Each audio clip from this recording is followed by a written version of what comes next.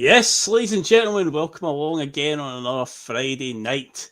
And it's time on the bus to get that Friday feeling. And oh boy, it's a big one tonight. It is the eve before the Scottish Cup final tomorrow. It is indeed the final chapter of what has been quite a long and eventful season. We have got, as Brendan Rodgers said, Celtic will write their own story. And of course, tomorrow history awaits. Can they win the double? Something I said weeks ago was an improbable double, but it's not an impossible double. And there it is, right on the table. They know what they need to do tomorrow. And yes, it's a game against Rangers. It'll be the 5th time this season we've met them. We haven't lost any games yet to them this season, and I hope to God that does not start tomorrow. But we will get into all that in due course. As you can see, joining me tonight, I've got Michael and I've got Liam. So, Michael, how are you feeling right now ahead of the big game? Is it the nerves kicking in? Are you quite excited right now? The nerves kicked in from Wednesday, mate, to be honest. I'm just buzzing it. Like, winning a cup final was brilliant at any time, but especially playing against them to win a double. Especially after the way the seasons went, and I can't wait for it. As usual, I'll be pathetic, no sleep. You know what I mean? Like, up early doors and stuff like that, but just the way it is, isn't it? I've always been that way, so no, I can't wait. I'm just buzzing to get in there. Good stuff. And of course, Liam, you were jumping up and down in the Bhoycie Bus chat on Wednesday, saying you had the Friday feeling on a Wednesday. You were dying to do this show on Wednesday night, so I know how you're feeling. But is that still in you just now? Have you still got that buzz, or have you kind of calmed down and the nerves kicking in, or are you just raring to go? It's got worse. It's got worse. Oh no! You feel like Tuesday. Just I don't know. This is just a really good big game to look forward to. You know, you've got all your players back. Everybody seems to have got something to prove. We're going to see some players for the very last time at Celtic. Yeah, what's not to like about it? This is everything you want. And also, 22 years since we've played them in a final. And so that's massive as well. And I know there's always something spectacular about the Scottish Cup and that. You know, it's something romantic about that, you know, just engages you as a Celtic fan. And them being in turmoil, and I'm just so looking forward to it, you know. Yeah, no, it's going to be it's going to be an eventful one tomorrow, and I'm looking forward to it as well. And I suppose the viewers are as well. I see some people coming in now, giving us their take if they're nervous or what. But yeah, let us know throughout the show, guys. And of course, remember to do all that good stuff while you're here. Hit that like button. Obviously, helps us out in the old algorithm, CSC, and obviously get involved in the comments section tonight, like many of you have so far. Hit that subscribe button if you haven't done so yet. We'd always appreciate that. Keep us in your life that little bit longer, and hit that bell notification, and you'll know when the bus is on the road. And what else can you do? You share the link of the Bhoycie Bus far and wide on social media to obviously spread the good word of this humble little channel. And of course, head over to piesports.com. Get your pies in before the Scottish Cup final and use that code BUS1888. Get yourself 12.5% off your tasty pastry treats. And all the good stuff out of the way. This is it. Let's get into it. Yeah, Friday feeling, the night before the game. This is the show. We always look forward to the game at the weekend. And as I said at the top of the show, it is the final chapter in what has been a mad season, to say the least. But yes, Celtic are, of course, the champions. At the start, I played the champions again intro. Sing it loud and sing it proud, folks, because yes, we did achieve 3 in a row. And we could make it a double tomorrow, obviously up against Rangers. They are, of course, chasing their own double. Let's remember that. They are going for the League Cup and Scottish Cup. It isn't the double, but of course it would be 2 trophies. And we have been there before. Liam alluded to it there, talking about, 22 years ago, we played them in the Scottish Cup final. They won both the domestic cups that season. And of course, the word I would use about that would be a narrative, because I can remember, Michael, how sickened I was when Peter Lovenkrands scored that winning goal. Still, when I see it to this day, I still feel like I want to vomit, because that was a real kicker. And I know it'd be very easy for a lot of fans. At the start of the season in particular, you always would say, sacrifice the cups to, win the league, because the league is the be-all and end-all, especially now with the riches of the Champions League. Back then, the Champions League obviously was still a big thing, but it's obviously just got bigger and bigger. So nowadays, though, it's very easy, I think, for fans to sit and say, oh, yeah, I would sacrifice it. But see, now that we find ourselves in this situation and we're playing them as well, and we don't want to give them anything. And I say, for those fans that might still think, do you know what? As long as we've got the league anyway, think back to how you felt in 2002 when that goal went in, because I know how our body felt, and I don't want any repeats of that tomorrow. But yeah, Michael, we can't obviously give them anything, regardless of if it may be deemed just the cups that they've won. Don't want to give that mob anything at all. No silverware, hopefully, at the end of the game tomorrow for them. Nah, definitely not, Phil. You know the way the media will spin it as well. If they win both cups, they'll be the triumphant ones this season. You know what I mean? You know we'll beat them in every game. We dropped 2 points against them, this season. We beat them every other game in one league, but you just know the media will spin it as if they're the double cup double champions. You know what I mean? So spin it like Clermont coming it around. If he'd have got the start of the season, they'd have won the league and all sorts. I've heard it already. So just turn up and win them all and beat them and clinch our own double and let them swallow that. You know what I mean? Because we said it already a few times this season, the narrative of the media, you think they're world beaters. We've done nothing this season. We've been terrible, this and that. Don't get me wrong, we've not been great this season, right? Certainly haven't been. But I said last week, we've beat them every game apart from one this season, right? We've won the league. But you just know what way this is going to be spun. What I say if they win it. So, just turn up. Like, there's no better feeling playing a cup final anyway, but turn up playing against them in a cup final at Hampden to win a run double. Just get out and finish it and shut them up for the summer at least. Because I've already seen the headlines already. Like even last week, the fans were saying, "Oh, I can't wait for the summer. They're excited again. Who they're going to bring in? Clermont, his own players, everything." But you literally learned nothing for last season and season before. He said the exact same about Bale last season. Wait till he gets his own players and stuff like that, and we won the league again, but we still get zero credit for it. So just turn up the ball and win and get our own double, and then let's see what happens next season. But I can't wait. If you can't tell, I'm buzzing for it. The cycle repeats itself constantly. We've been here before enough times with them where it's always they change manager and then it's all case when he gets his own players in. But no, narrative is obviously the thing where if they are to win tomorrow, then all we're going to hear all summer is they've turned the tide and all. Because say back in 2002, Alex McLeish, for whatever reason, Martin O'Neill went about over a year before he finally got a win over Alex McLeish's Rangers side, and again, it was all the narrative was, McLeish has got Martin O'Neill's number, and all that, which was astounding to think. Although I think it was a few numbers and bank accounts that were what was leading to them having Martin O'Neill's number at that point. But yeah, that's what you got as a narrative back then from the media. So again, if they were to come away with the 2 trophies tomorrow, it would still be about what a great season they've had, and Celtic were just lucky in the end. But Celtic had a lot to do. Liam in the run in there, and we said that on quite a few Friday feeling episodes. It felt like we were coming on at times and going, right, we've only got one more slip left in us, we can't afford any more, and then it would roll over to the next week, we might have a dodgy result, then it was like, can't afford any more slips now, and it did get to the point where it was literally win or bust, and Celtic were very similar, Liam, to 2008, Gordon Strachan's run in that season where he had 7 games left, and it was like, you have to win all 7, including getting 2 results against Rangers to have any chance. And when the crunch set in, Celtic, they got it done. I know people can look at, they were 8 points in front at one stage and they let Rangers back into it. But in the end, all's well that ended well, Liam. We finished 8 points in front of them at the end of the season. But yeah, it's a case of Celtic, the way they don't get the credit they deserve, because Michael did say there was times this season when it was a bit ropey. We can't lie. We can't sit here and say it was all perfect all season. But when it mattered, Celtic showed they are a big game team. And of course, tomorrow there's no bigger game than tomorrow. So you'd like to think, Liam, that the Celtic that we've seen for the last 6 or 7 weeks that have definitely found their mojo will turn up tomorrow. This is a team that's got momentum right now. And momentum, as we've talked about so many times in this bus, is just such a big contributing factor to us winning. And we talked about it. We had 5 games to play and we wanted 15 points. We didn't want to drop any points in that. There was no game we wanted to lose.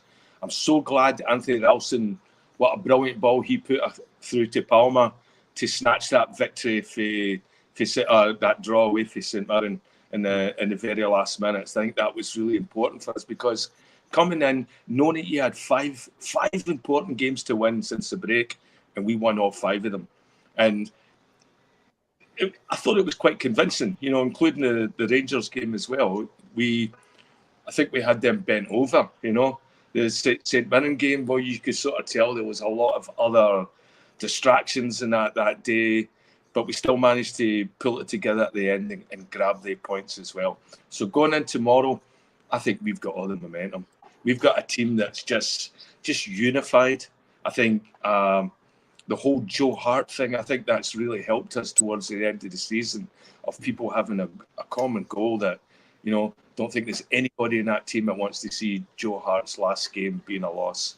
And so I think that's also going to be that extra motivation. Not that we need it against them, but it's just a great way to galvanise a great group of players that some that might not be playing with each other again. So I'm optimistic tomorrow, because I think the momentum's on our side, and I think we've all got all the right narratives have aligned as well to make this that storybook ending that Brendan talked about, and what we've expected and what we've wanted as fans. Without a shadow of a doubt. And speaking of Brendan, and Ian McIntosh has said to Michael about Brendan's taking some deserved criticism. By the same token, he deserves some praise. And obviously tomorrow, Brendan Rodgers leading Celtic out, and he's got an undefeated record at Hampden. Brendan's a very, I'd say, a very prideful man. I think he takes good pride in the records that he's got, and he will want to see that slip away. He will want to see that record at Hampden go. Yes, obviously his run of trophies obviously stopped with that loss to Kilmarnock, and the League Cup was obviously surrendered at the very first hurdle this season. But yeah, for tomorrow when he's walking out there, you know, that'll be in the back of his mind about, he'll still want to be able to say that, because I remember the days before Brendan Rodgers arrived, and we had an awful record at Hampden. The amount of times I went to Hampden during the sort of like Strachan era, and then you had Lennon, Ronnie Dyler, Tony Mowbray, all these different managers, and some of the matches at Hampden, you come walking up Aikenhead Road after the game, you can't believe you just lost to like Ross County, that 2010 semi-final. They also beat us in a semi-final in 2016. I remember St Mirren beating us in a semi-final.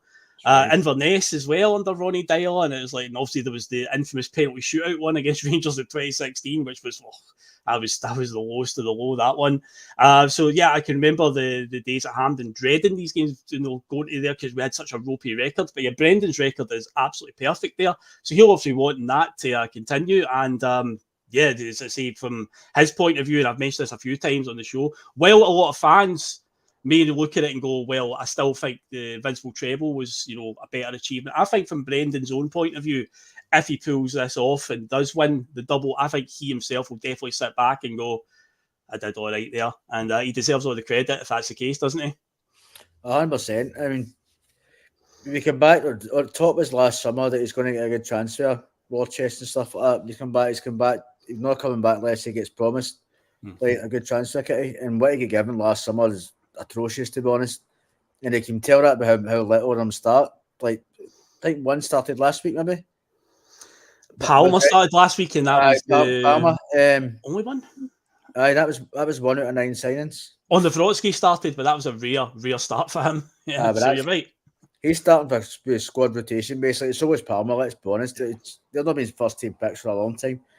So for him to turn this, not a criticism he got for the fans, it's a certain element of the fans at the start of the season, then they want him back and stuff like that. And then the media was spinning the whole season, but the fans were against him, which clearly wasn't the case. But to come through that and then obviously win the league, and then if you can clinch the Scottish Cup tomorrow, then that's got to be done as a good season, like statistically.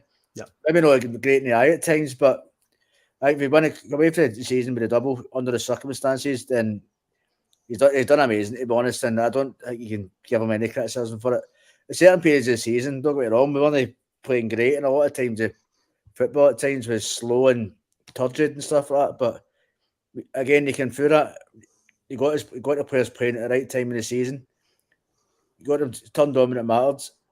Like Liam said, it was the last 5 games after the split. Won every one of them.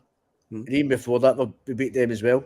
So, deserves enormous credit for it. And obviously his winning mentality and the likes of Callum McGregor, and then even Forrest come back into the team for the last few weeks of the season. The big, and Matt O'Reilly, the big players turned up, showed the mentality, and I just hope he's back in the summer, but that's another conversation for after the game. But I'm fully confident. I think he will turn up tomorrow. He's proven it before at Hampden. He's got like you said, there was a kind of, not a hoodoo, that's a bit strong, but there was a time before his first season, we were not dreading what happened, but we weren't sure about it. Yeah. Because our record was patchy. Aye. Now, we got to play at Hampden now, because of him, we are 100% confident to go in there.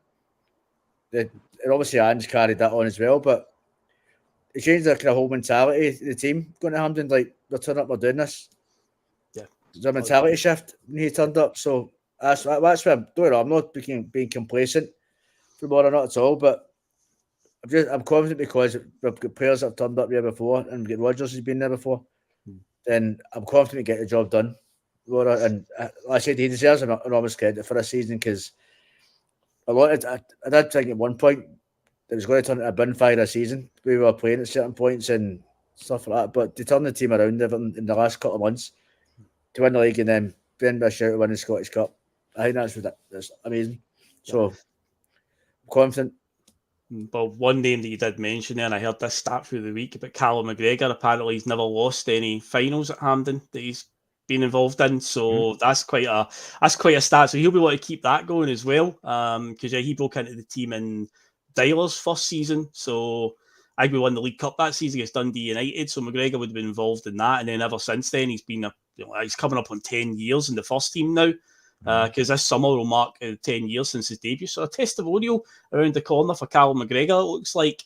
But yeah, guys like him tomorrow, obviously, they've got that big game mentality, winners mentality. You always hear these people from the outside looking in over the last decade or whatever, mostly English fans that don't quite get it, saying, surely you must be bored of winning up there. And it's like, you never get bored of winning. Alex Ferguson said it years ago when he was Man United manager, when they were, people were thinking, are they bored of winning? You never get bored of winning. And we certainly won't get bored if we pick that trophy up tomorrow.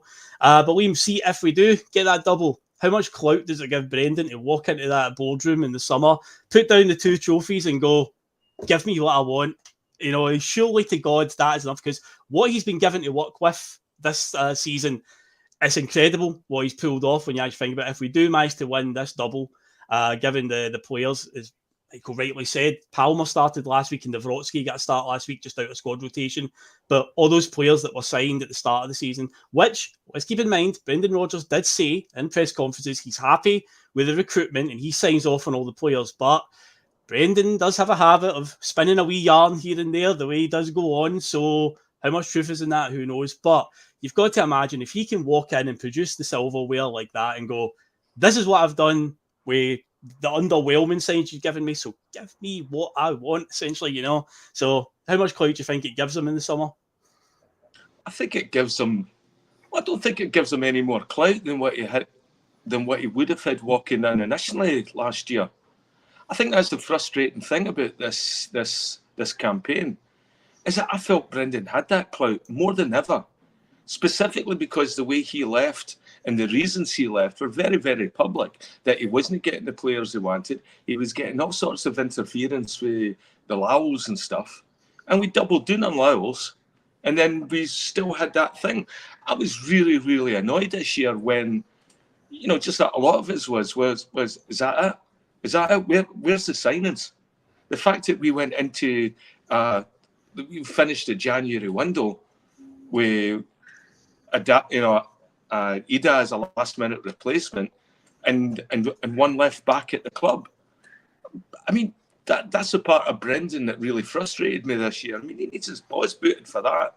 I'm glad we're in the position we are right now, but Forrest showing up was like a new player, or Hatate. Oh my God, Hatate's actually better than Turnbull. Brendan, if you'd have been watching any of our games last year, like you said you were, you would have noticed that Hatate was a lot better than David Turnbull. A guy that people forgot so much about. He didn't even make it on the Champions poster. Bernabe was on there. Mikey Johnson was on there. Now David Turnbull. So, I mean, as far as clout going into today, I mean, I think this gives more of the board more clout as well, to just sort of say, hey, see, we all these boys we brought in, they still can be good, and rather than looking at just the inadequate transfer window we had. So I don't want to be too negative going into the game, because I like where the team is right now, and I think we've got almost all the right players on the park. But as far as clout goes, aye, Brendan, if you come away with this again with another window, it's like my hands are tied and there's nothing that you can do. You had all the power. And I think that's why a lot of the fans didn't immediately lap up Brendan right away. Because they saw that and it's like, well, wait a minute, is he just another board apologist here? I mean, what's his remit here? Is he getting part of the action now? Is it like, is his bonus based on the value of the squad and how much transfer money we're paying out? That if he keeps it tight, he'll get a bigger bonus if he can do it with the players that they gave him. No, he has to prove to the fans that, you know what, that he's his own man and he's going to come out and he's going to find some good transfers out there, or people we can bring into the club, that the quality we need to go into the Champions League. Because everybody could have told him going in. There wasn't one player there, I think, coming in that excited any of the fan base, thinking that, wow, we're going to do something differently. And at that time, with Brendan leaving and coming back, have given the board a chance to say, okay, listen, we better value this guy now. We better do what's right for Brendan and get him the players he wanted. And if that was the players he wanted, we better get that recruitment guy in pretty quick, because TikTok, right, that window, rather than shutting, that window is going to be opening very, very soon. And I want to see us active early. If we're waiting until after the Euros and all that, then it just seems like we're doing the same thing again. So I think Brendan has to be very vocal. And I want to see us being linked, and I want to see us identified with players and get them before. If there's a player that we're linked to that's going to play in the Euros, let's not wait till after the Euros where he's valued out of our price range. Let's move fast. But show us that you have a plan. Show us, Brendan, that it wasn't your idea to go into this run-in with the poorest left back we've ever had, as being the only left back we've ever had. So it's that, to me, just made no sense whatsoever. No, it's just there's also a lot of positions that should be priority in the summer, and I'd like to think that we will get that, be addressing that quite quickly. But yeah, there still is no official word. I believe the other week we're talking about it. Somebody named Marc Cooper, is going to be the new head of recruitment, but I don't think the club's put anything official out yet. Just one of these, his name was getting bandied around. So I don't know if that's official yet, but yeah, you'd like to think that after Lawwell said he was stepping down, the club would be announcing it not long after, saying this guy will be taking over as of this date, but we've not seen any of that yet. So who's been sounding out players and heading into this window? That's what we need to know. And I guess we'll find out in a few weeks' time once that window opens. But yeah, goalkeeper will be the first place we'll need to start, because obviously Joe Hart, he's hanging up the gloves. This is his last game tomorrow. And Michael, obviously earlier on, Liam picked up on it and said that since he put in his notice, we've obviously picked up. But I think the players, and I think Cal McGregor's alluded to that, they wanted to give him, the send-off he deserved. And yes, he is, again, we can't put into words how good Joe Hart's ended up being for us. What I felt was a stopgap signing at the time, because we just needed to get a goalkeeper in the door, because we literally had Scott Bain and Barkas, who got a couple of games at the start of that season under Ange, and right away it was obvious that it wasn't anything to do with just because Neil Lennon was the manager the season before. Barkas is just not a very good goalkeeper. So obviously Joe Hart came in, and 3 years later, you've seen last week against St Mirren, that display, the second half when he came out in the Green Brigade, had that full display with the way they positioned it as well, with the pyro smoke coming out of, because there was that famous image of him holding up a pyro that somebody threw on the park, and they turned that into obviously a tifo, and just the way they pulled it off, and just the because he didn't even know it was there. He's standing in his goal looking down the park, and he turned around, and it was just such a great moment in the stadium where he sort of just acknowledged it. But you could just, even from where I was sitting down the other end, you could probably tell how bloody emotional he was from it. Totally overwhelmed, didn't see it at all. And he's going to be missed. He's endeared himself with the fans. He's been an absolute, absolute treasure for us, and could easily fit as a good club ambassador going forward. He's had nothing but good things to say about the club, and we've had nothing but good things to say about him. And tomorrow, it could be a really, I mean, oh God, I'm just thinking about the possibilities. Imagine if we get another penalty shootout. Oh, please God, no. We don't want that. We want Joe Hart to have a totally quiet game tomorrow, a stress-free game tomorrow, not get troubled. But I imagine there'll be a few moments where he'll be called upon to pull a few saves out here and there. But yeah, it's going to be emotional for him tomorrow. And you'd like to think that he and the players, they'll do it for, well, obviously they need to do it for the club in jail, but for him especially what Cal McGregor said in recent weeks about the players wanted this for him after what he's done for us in the last 2.5 years at the club. So yeah, it's going to be a big one for Joe tomorrow, Michael. Definitely, Phil. I mean, you said that there. Do you remember the circumstances you came in with Barkas, Scott Bain, and who was the other boy that played the season before as well? Connor Hazard. Connor Hazard, that's right. Yeah. Well, that bad. We're all the three players. The goalkeepers were that bad. And remember, we went back after COVID. We played, I think it was Jablonec in the Europa League qualifier. Yeah, we had Jablonec in the Europa, and we had the Danish team Midtjylland in the Champions League. They knocked us out in the Champions League. That's right. But that was before Hart signed. But he played the Jablonec game, and I remember him pulled off a save. It's quite a basic save straight at him, but the noise in the stadium for that save was ridiculous. It was like a goal because we're that used to Barkas and other goalkeepers letting us down the previous year. I think even at that point, do you remember Cal McGregor just been made captain following Scott Brown, which would be a daunting task for anybody, let's be honest, but I think Hart's influence as well helped Cal McGregor a lot. I think that's what Cal McGregor's kind of talking about is how big a character he's been. So his experience in helping Cal McGregor, I think Cal McGregor owes a lot to him as well for the captain he's become. And you can even, I think we'll miss him anyway, even just like, don't know, I've been critical as well at some points at certain goals we've lost, whatever, but I think he's been, like, since the turn of the year, he's been brilliant. I think he really has been. And you can tell by his influence, the players think a lot of him as well. And I think if he can win the ball, I'd be giving him a perfect send-off. I think he's been brilliant and exactly what we needed at that time. Because the team is in a transitional period. There was a big, obviously after Neil Lennon losing 10 in a row, whatever, we had a massive rebuild. And I think him coming in and settling everybody running about him, being influenced on McGregor and help McGregor the way he did as well was massive. So they've got that record since he's signed. I hope we turn up from. I think he deserves a cracking send-off. And he's been a brilliant signing for us. And we'll just see who we get to replace him. But he's he's leaving a massive hole anyway. Not just in the team, the way he plays everyone and how good a goalkeeper he is, but I think he's leaving a massive gap in the squad as well for his character and influences in other players. So if he deserves a good send-off, so hopefully we'll turn up when they cup from. The game that you're thinking of, remember it was AZ Alkmaar, it was the Dutch team we played, and I remember there was a moment in the game you're talking about, the one at home. Remember obviously the big save as well. We saved it on the post, I think, with his foot. But there was a point late in the game where we were winning 2-0, I think, but we were under the cosh a wee bit. And I can remember there was a break in play, but somebody was down injured, and Joe Hart actually came all the way out of his box, went over to Ange Postecoglou on the bench to basically tell him, this ain't working, we need to change it up, And that was like an early sign of the sort of leadership qualities he's got, because he's seen the game better than anybody because he is the last line of defence. He's got the whole game in front of him.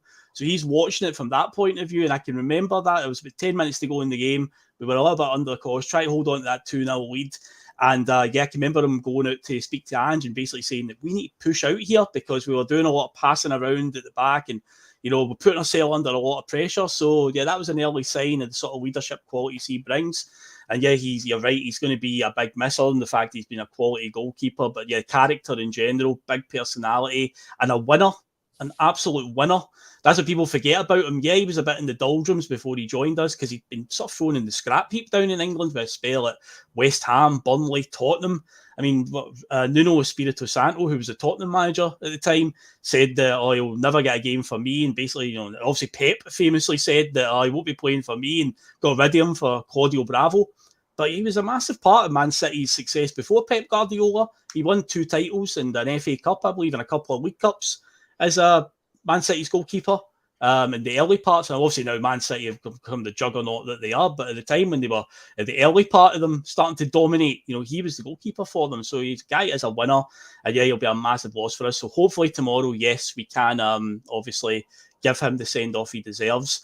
And somebody who probably didn't expect to be in this team, Liam, and you mentioned him earlier on, but we need to talk about, he's been another massive reason as to why I've got over the line, but obviously James Forrest tomorrow, I would be fully expecting to start. And something happened this week, quite interesting. Obviously, the Scotland squad came out for the Euros, and James Forrest made it. And I'm not going all that I'm in the know and stuff like that, but I do genuinely know somebody who works quite high up at Celtic in their social media department. And he told me through the week that James Forrest is absolutely elated with the news that he's in the Euro squad. And listening to Steve Clarke and all the interviews that he's did since the squad has been announced, because I've seen people speculating on who's the two players that are going to get cut because it was a 28-man squad. And a lot of people were saying, they don't think James Forrest will make it. But listening to Stevie Clarke, he has singled out James Forrest in every single interview that he did on Wednesday when the squad got announced. So to me, James Forrest is not getting dropped. And I wonder if when he's been called upon with a couple of months to go in the season, Brendan's turned to him and basically got him back in the squad. His professionalism has been fantastic. Other than the fact that he would have been known, well, if I come in and do my job, we can win a double here. But also that goal of, he's nearly 32 years old. Scotland don't qualify for many tournaments. The last tournament we were at in 2021, even though, we did qualify for it, it was this weird thing where UEFA decided to do the tournament across 11 different countries. 2 of the games were at Hampden and 1 was at Wembley, so it didn't feel...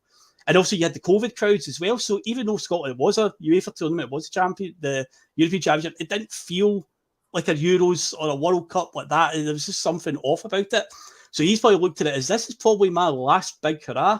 I've got a chance here to get in, and he's been rewarded with that. And I wonder if that's also been part of just like the drive.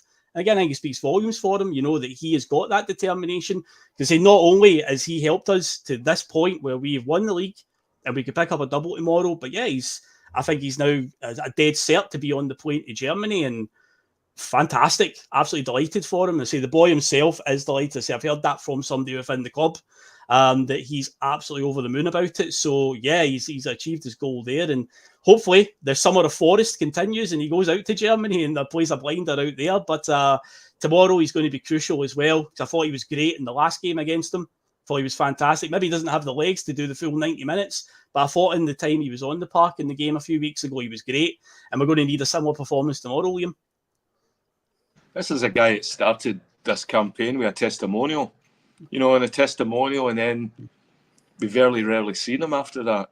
So it looked like it was his swan song that, maybe after this year, James Forrest would have probably moved on as one of the players that might be leaving after this.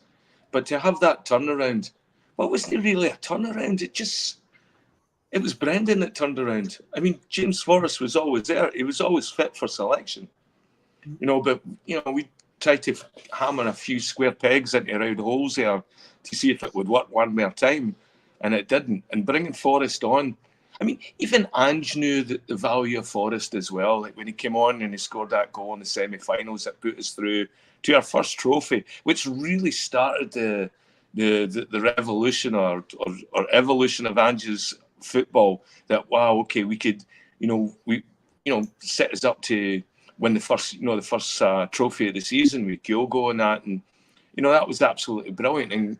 And James Forrest was a big part of us getting there.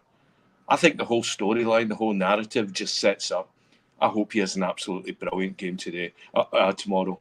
I hope when it comes out in the story that we tell, is we look at this as a James Forrest game, same way we look at like the Dembele game, or the like when a player comes out and plays out his skin. And I think he's got a defence right now that he's playing up against is sort of ropey. So a mature player with creativity in the run, and just as you said, that whole momentum, that adrenaline running through his body, like, they thought I was finished. I'm back.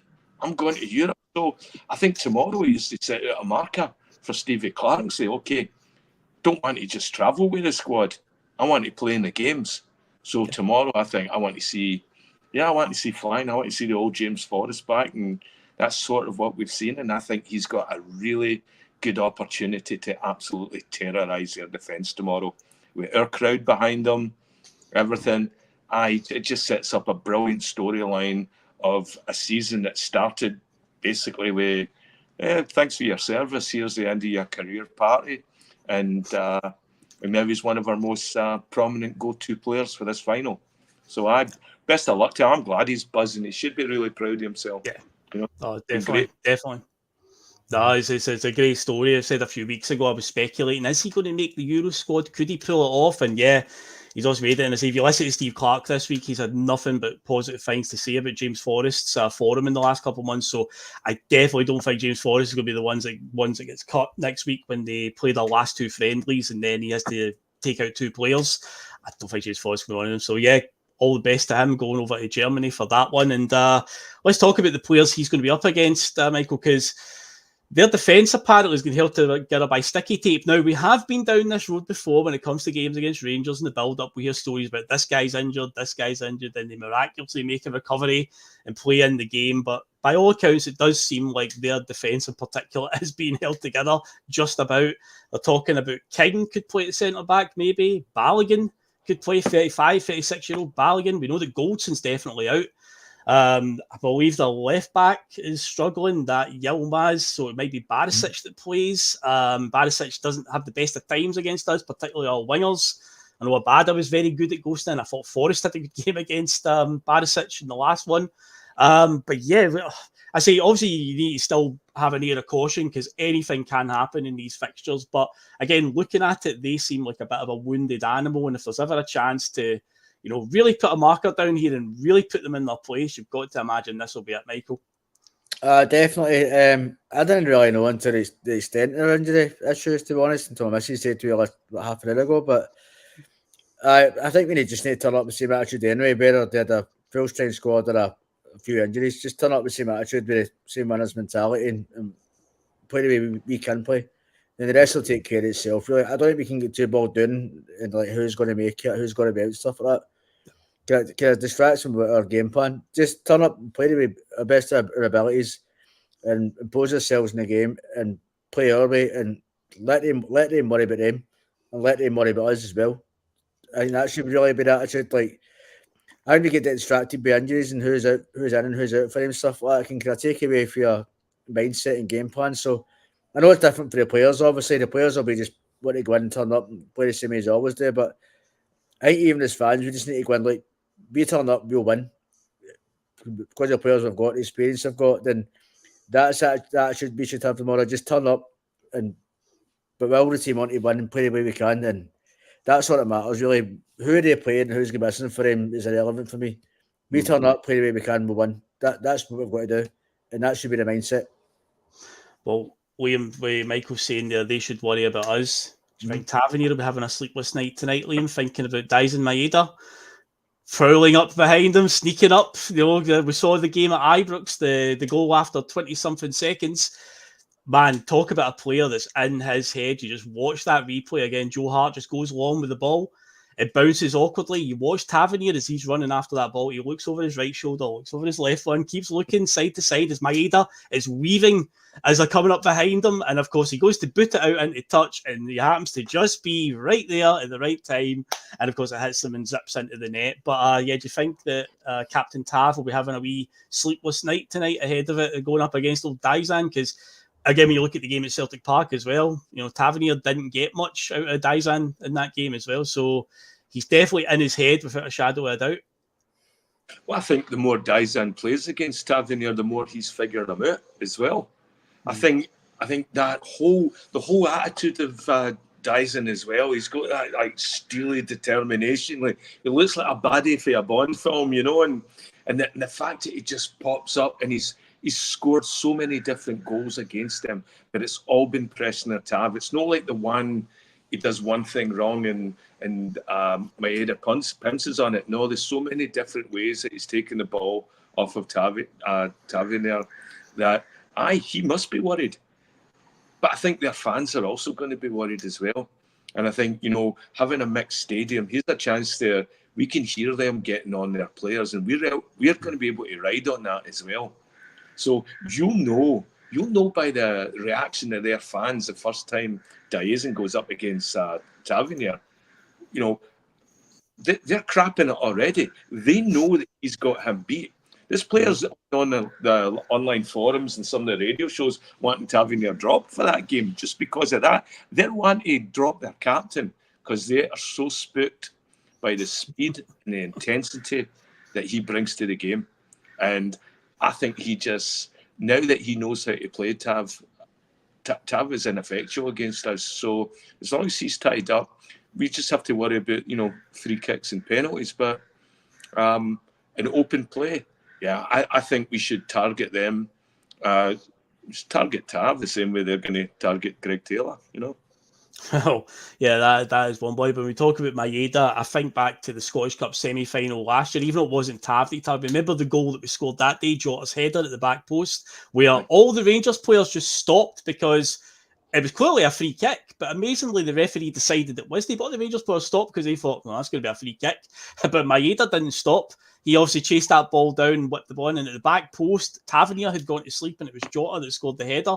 So even on the other side, he was given, I think it was Barisic that was playing that day, but yeah, on that side as well, Maeda was giving him problems. But I think he's capable of giving any of their fullbacks problems because Barisic, Rangers fans will tell you that he is way past it. Apparently for his last home game there, he didn't even get that much of a send-off from the fans at the end in their lap of honour, if they want to call it that.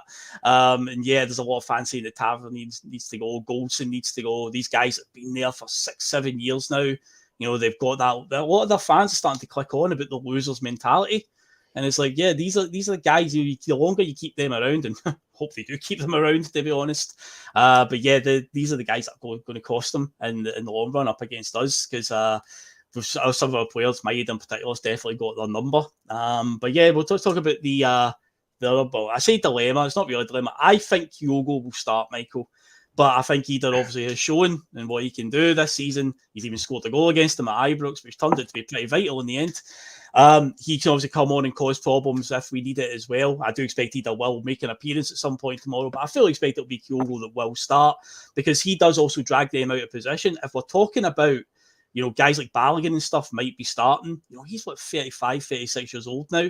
You know, he's not got the legs for it anymore. So a guy like Kyogo is what you want there just to try and pull him out of position, hopefully, and create space for guys like Matt O'Reilly to run in behind, you know, get that box-to-box type thing in midfielder, late runs into the box.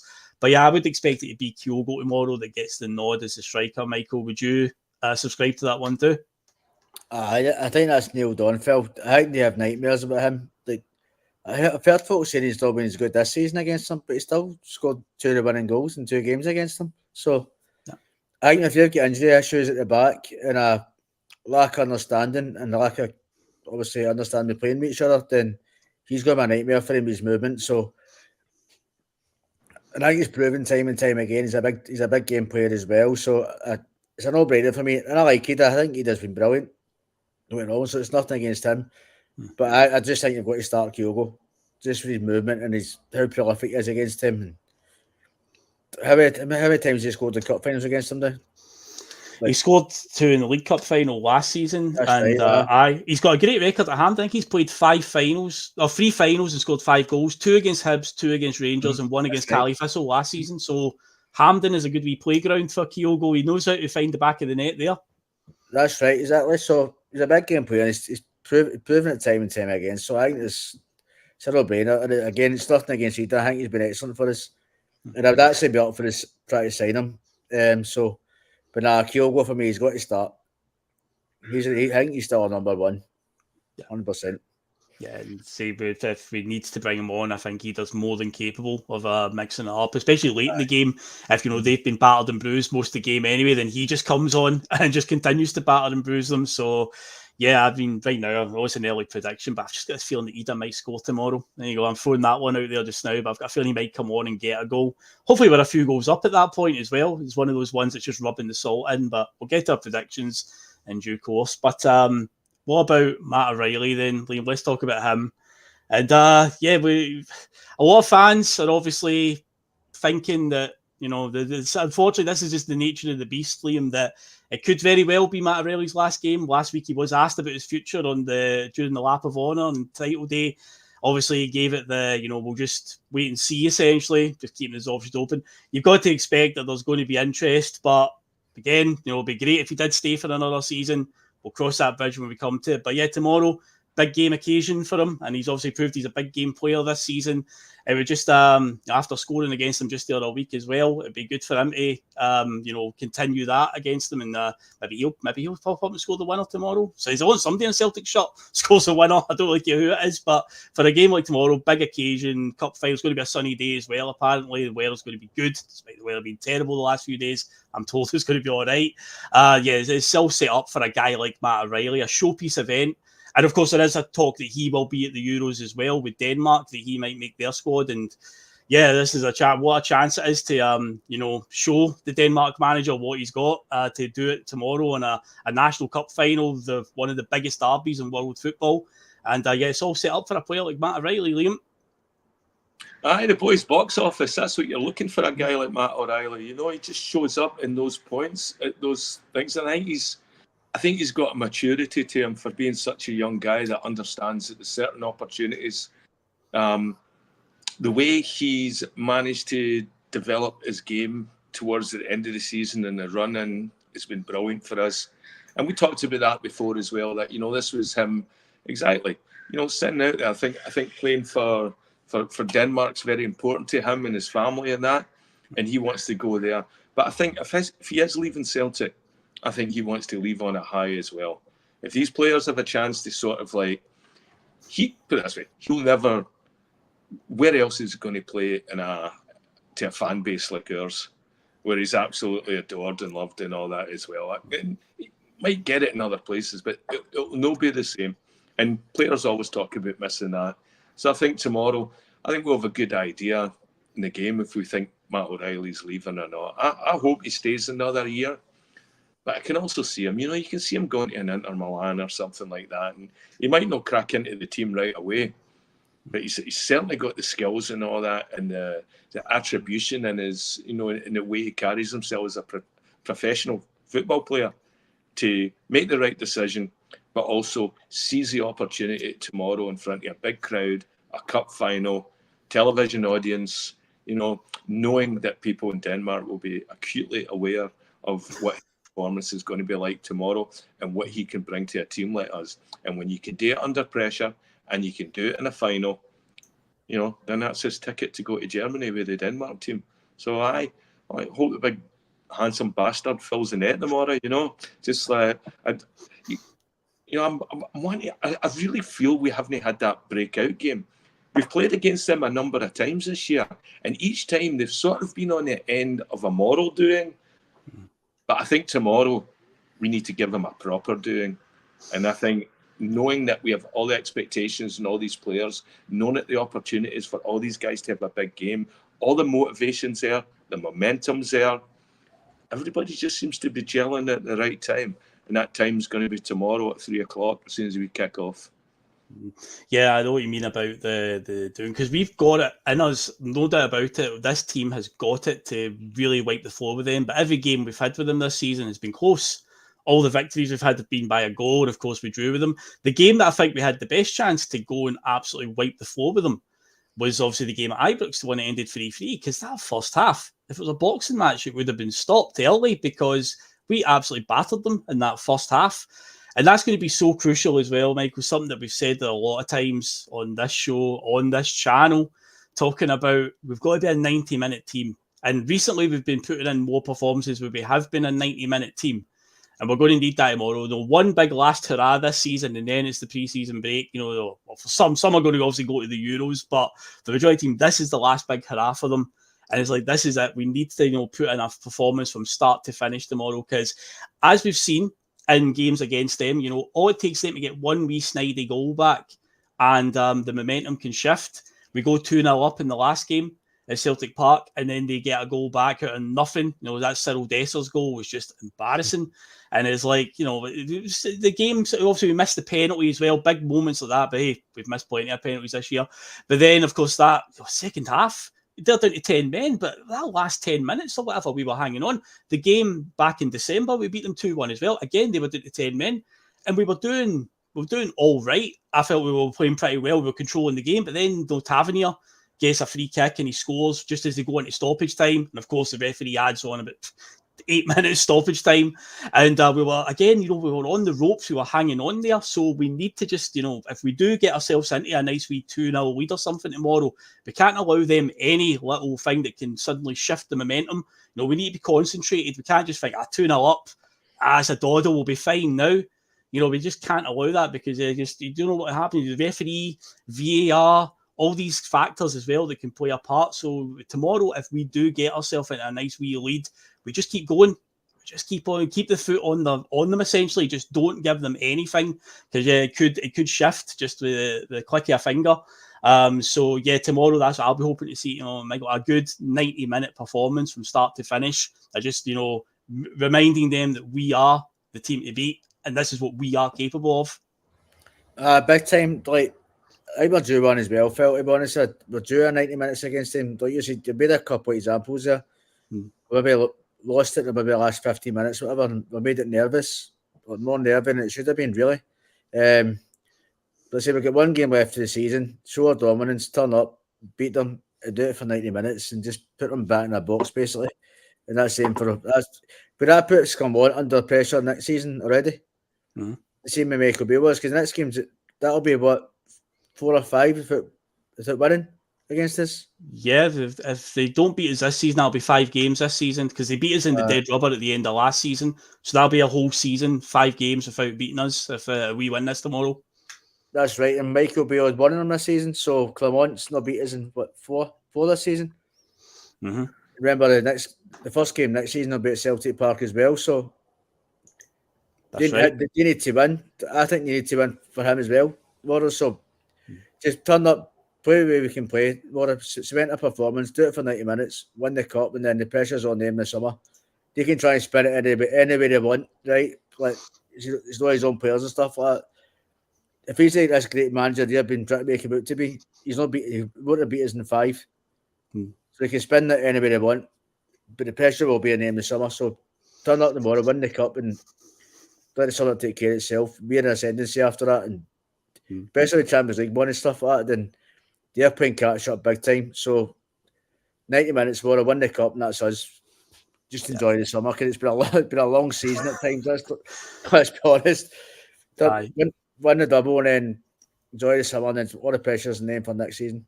Yeah, they've got a whole summer to stew on it, if we get that win tomorrow, because it has been quite a long season. Weirdly, last year there was a World Cup spliced in the middle of the season, and that made it feel like a long season. This season, there hasn't been a tournament spliced in the middle, but it still felt a long season. But I'd say one more big push tomorrow. That's all we need from them, just one more to get us over the line and win this double, and what a feeling it will be. So Liam, as we sort of head up towards the hour, let's get down to the predictions then, Liam. So what do you think? The only Celtic Rangers game you've ever been to in person was the infamous 1980 Scottish Cup final. And disclaimer, Liam was not on the park causing all that riffraff. He wasn't doing that, but he was there in person and did witness the Battle of Hampden that day. Is it going to be a Battle of Hampden tomorrow? Are we just going to turn up and just wipe the floor with them? Are they going to be rioting the stands? Are they going to pitch invade in anger? Or are they just going to go away with their heads down and just mope away back in their homes? When we beat them, is it going to be a resounding victory, or is it going to be like some of the games this season, Liam, where we just scrape it but just do enough? How do you feel it's going to play out? In Brendan's words, I think it will be fun. It will be fun tomorrow. And I think if we can get an early goal against them, they're going to collapse. I can see us celebrating the last, for 8 to 90 minutes in a half-empty stadium. They'll leave. They'll turn their back on this team. They're not going to be there to cheer them up for runners-up medals or anything like that. It's one of the great things as a spectacle in sport is seeing both fans in the stadium. We know our tifos are going to be better than theirs.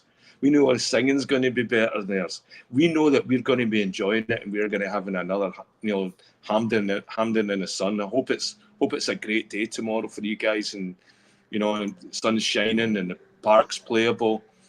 I think they're going to come out. They're going to be angry. I think the players are going to be. Their players, I think they're going to be wound up.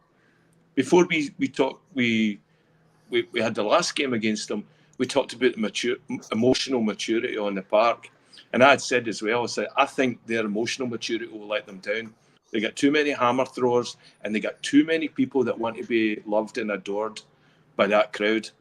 That, I mean, you think we'll see any shushburgers tomorrow? Probably.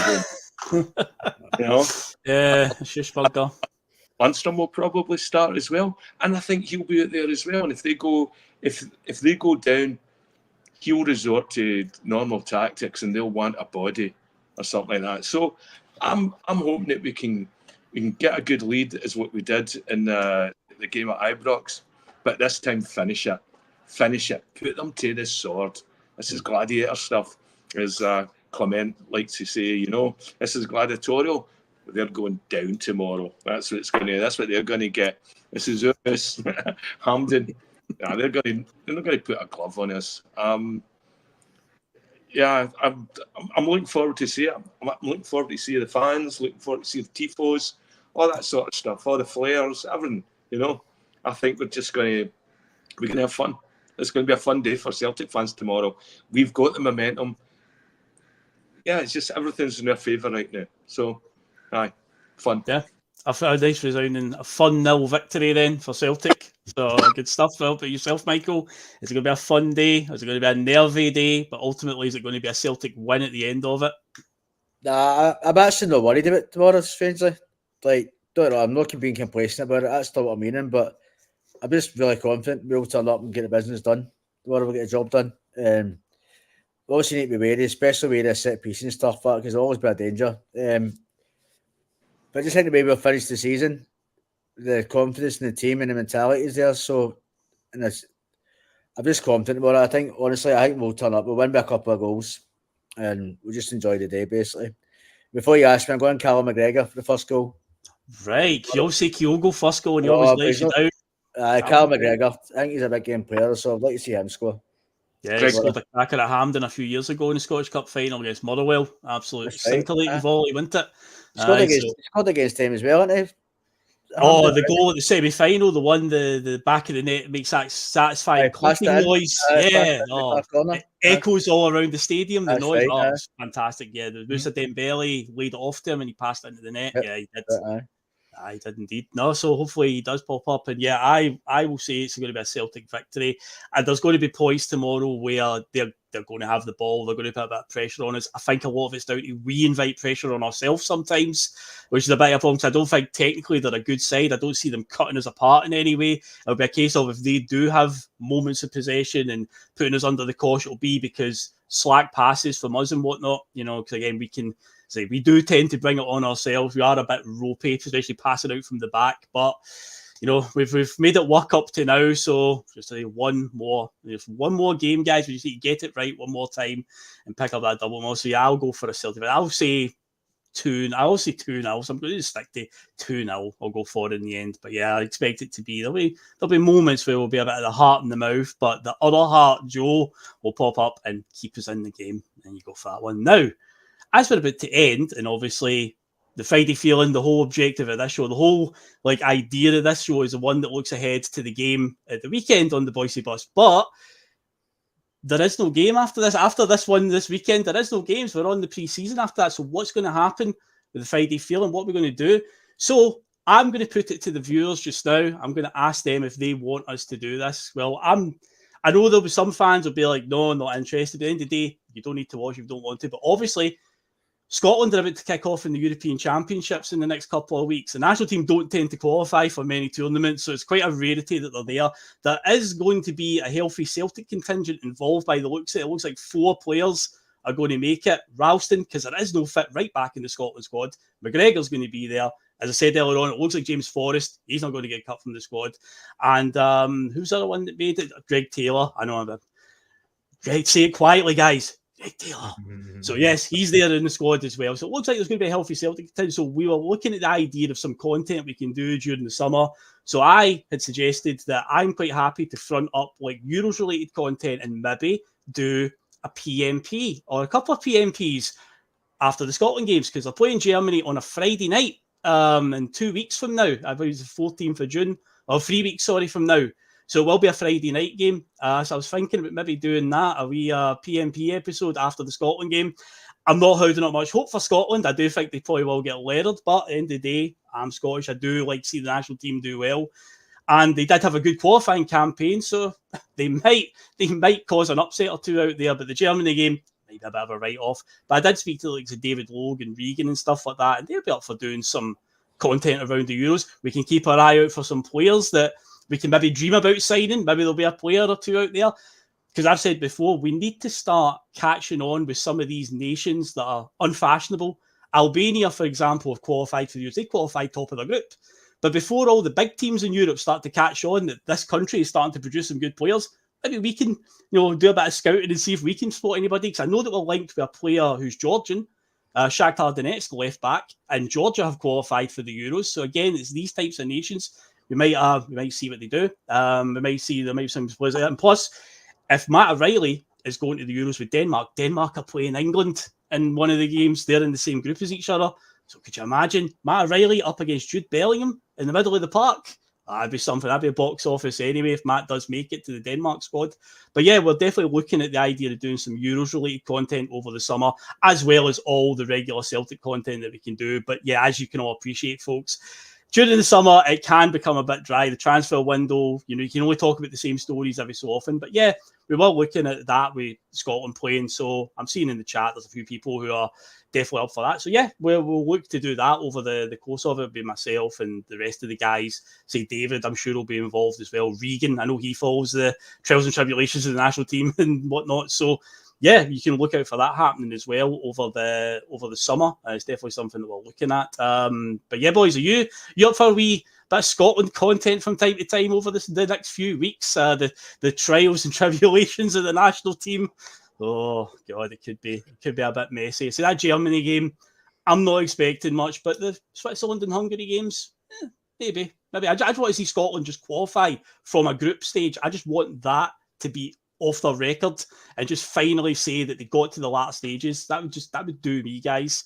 But yeah, we'll look to do that in the next few weeks anyway. But I think next week we'll do an episode looking back on the season as a whole, just talking about our favourite moments, least favourite moments. We'll do that for next week, and then it's like the week after or the week after that the Euros roll around. But I say it will be a Friday night that Scotland and Germany are playing, so we PMP after the Germany game. I think we can do that. But yeah, we will head off then into the Bhoycie Bus Friday feeling service is now heading off, folks. So enjoy the game tomorrow, wherever you're watching it. I know there's been a bit of a brouhaha about tickets and who got them and allocations and executives and whatnot getting tickets. I did get one in the ballot. I was lucky enough to get one, so I'll be there tomorrow. Michael, have you got a ticket in the ballot? I'm going, mate. I've got one. So, and Liam, you'll be up at what time? Oh, it's not too bad. It's a 3 o'clock kickoff tomorrow, so it's not the usual 12:30 kickoff for a Celtic Rangers game. So quite a reasonable time for you tomorrow. Aye, 7 o'clock, no bad. Somebody just asked if Canada qualified for the Euros. Imagine that. Best.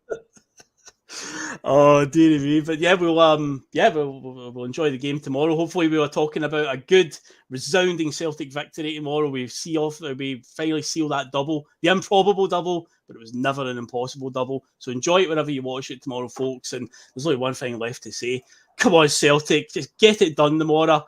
Put them to the sword, and let's all be celebrating this time tomorrow night. We'll catch you later, folks.